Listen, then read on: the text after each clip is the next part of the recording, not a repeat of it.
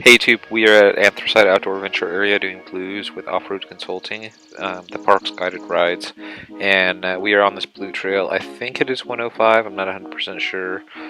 Basically, it's the easiest blue to get to in the park, and it's pretty aggressive. I would probably rate this one a 6 out of 10. Like 1, 2, 3 is green, 4, 5, 6 is blue, 7, 8, 9 is black, and then 10 is reserved for red, obviously. It does have a trail rating of a blue also.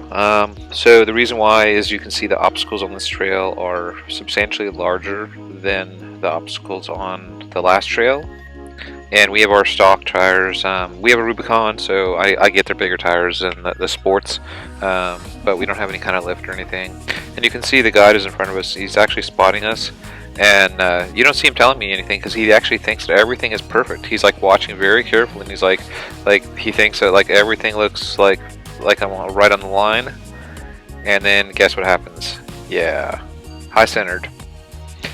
So right now I'm high centered, and we're kind of jumping. We're going around the Jeep trying to figure out what to do to get me unstuck. And fortunately, I have all this armor. So it's just sort of sitting on the armor, and we were putting rocks into the tires and stuff.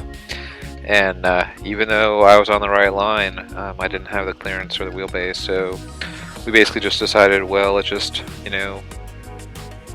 like pull the truck over the obstacle and get past it.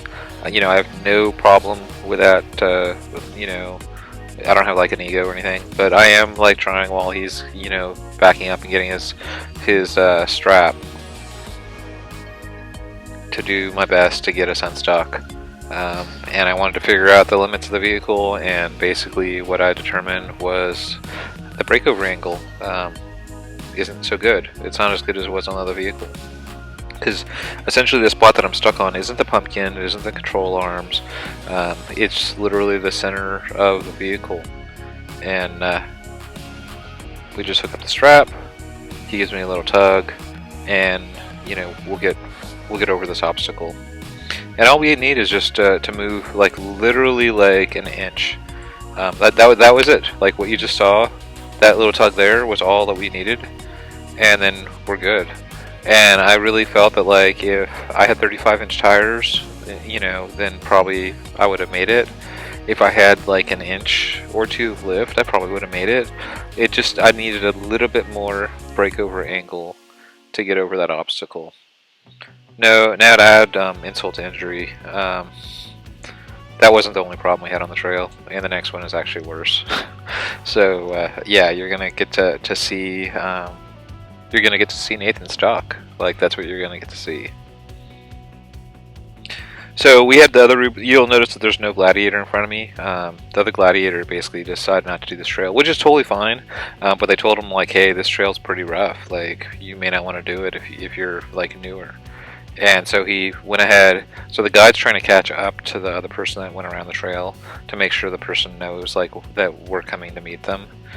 And he sort of is assuming that I'm not going to get us stuck again. And we had radios and stuff, so he could always like radio me or whatever. We could always radio him if we needed him to come back. But he's just trying to go up there to be courteous to the person. And I guess we were a little bit aggravated over getting stuck already once. I mean, who doesn't get a little bit aggravated over that? But you can tell, I mean, like I was saying, this is like from the last video or whatever. Usually you have tight trees, and normally, you have obstacles. And the obstacles get bigger and the trees get narrower. And, as you go, it becomes more and more difficult because you start no longer having choices on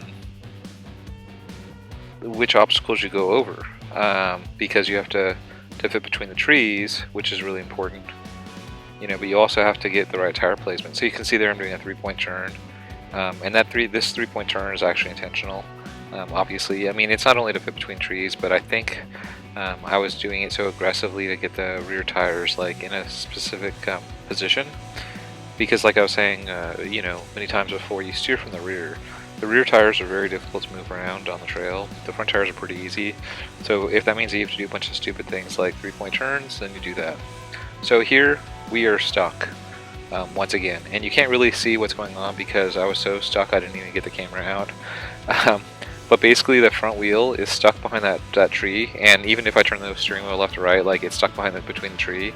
And then the rear had slid off a rock, and there was basically a tree limb, like a really big tree limb that I couldn't cut down, like basically a tree behind the cab. So I couldn't go back and I couldn't go forward. That's pretty bad. But you saw that within a minute or two, we got ourselves unstuck, and we continued. And it looks kind of trivial from looking at the video that I got so unstuck so easily. So there would have been two ways to get unstuck from there.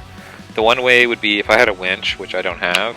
I could have 90-degree put it on to my left and pulled the front of the Jeep over like an inch or two, and then I would have gotten around the tree. But I don't have a winch.